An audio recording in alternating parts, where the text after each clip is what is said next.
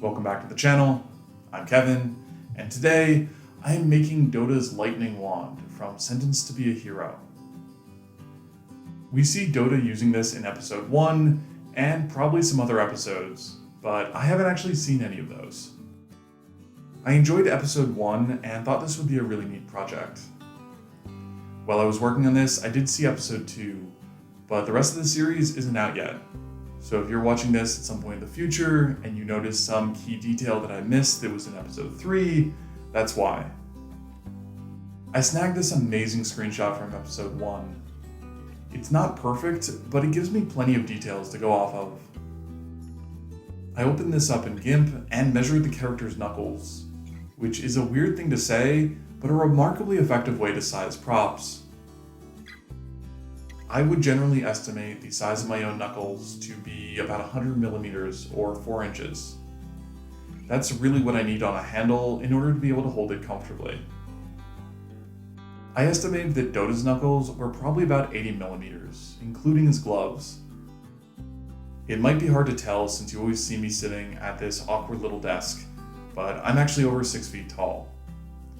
Most shonen protagonists are pretty tall as well, so I generally assume that my hand matches up pretty well with theirs. Dotta, on the other hand, has a much smaller frame, so I didn't just want to blindly use the dimensions of my hand and ended up making this way too large. Having decided how large his knuckles were going to be in millimeters, I went in and measured them in pixels, and it came out to about 160. At this point, I knew that 80 millimeters corresponded to 160 pixels. So I could measure things in GIMP and figure out what their actual dimensions would be.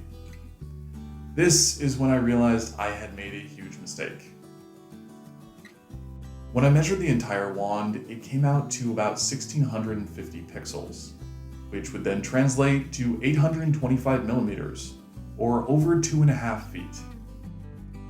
There is no way I was going to make this thing 2.5 feet long. That was an immediate sign that something had gone wrong with my estimates. I took a step back and looked at this image again. I determined that the length of the wand is about from Dotta's shoulder to his knuckles. On my body, that corresponds to about 26 inches, and Dotta is going to be much smaller than me, so there's no way this thing is more than 2 feet long. One thing that helped was finding variants of this image in the show's promotional art. This very blurry picture, which I couldn't find a higher quality version of, really helped me think through how large this was supposed to be. I decided this was probably going to be 18 to 20 inches long. I went through and did the math based off of 18 inches, and the handle was about 90 millimeters long and 22 millimeters thick. When I upped the overall length of the wand to 20 inches, it came out to 98 millimeters long for the handle, which was pretty much exactly what I was looking for. These measurements fit with what we see in the anime. Dotta is on the smaller side, so his hand has some extra room on the handle, but a larger guy like Xylo would still be able to hold this pretty comfortably. I'm not going to claim that my measurements are definitely correct, and I wouldn't be surprised if this was supposed to be an inch longer or shorter, but I know I'm at least in the right ballpark. Anyways, after doing these sanity checks, I moved into Blender and created a cube that was about 20 inches long. I then scaled my reference image so it matched that.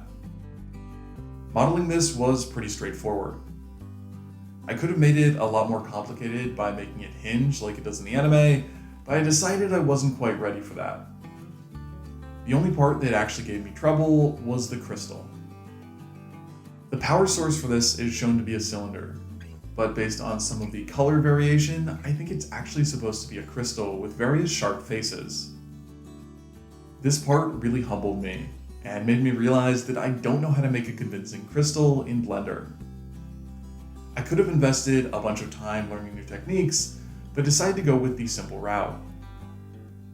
I divided up a cylinder and then selected a bunch of faces and scaled them up by a couple of percent. Then I selected a different set of random faces and scaled them down.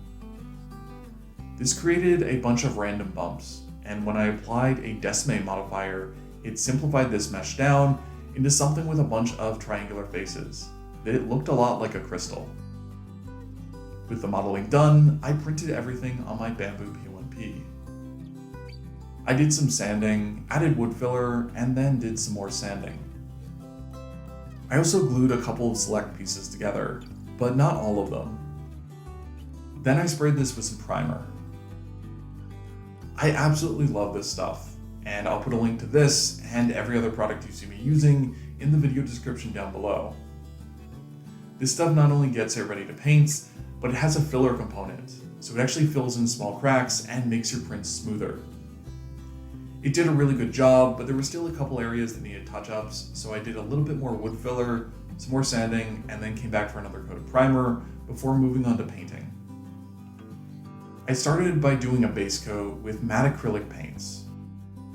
Then I came back and did a metallic coat over top of these. I generally freehand all my work, so no matter how careful I am, I do end up needing to go back and do some touch-ups. With all the paint on, it was time to assemble everything. I used super glue to attach the rest of the pieces together. These divisions all occurred where different components met, so keeping them separate actually made the painting much easier. I finished this off by spraying it all with a coat of clear matte sealer, and then it was done. I think this came out looking really pretty great, and it's now one of my favorite things in my collection. I found this really satisfying because I generally don't watch a lot of anime, so most of the stuff I make is after a series is done airing. It was really cool to be part of something that was still going on, and I also thought it was a fun prop. I make a lot of daggers, and this is close enough that I still generally knew what I was doing, but different enough that it felt new and exciting. Overall, really enjoyed it, and assuming the quality keeps up, I might look for some other stuff to make from Sentenced to be a Hero. If you want to make your own, I'll post all the files on Thingiverse, just check the video description down below. Also, if you made it this far, I hope you'll like the video and subscribe to the channel. I think that's it for this month, so see you all again next month with another project.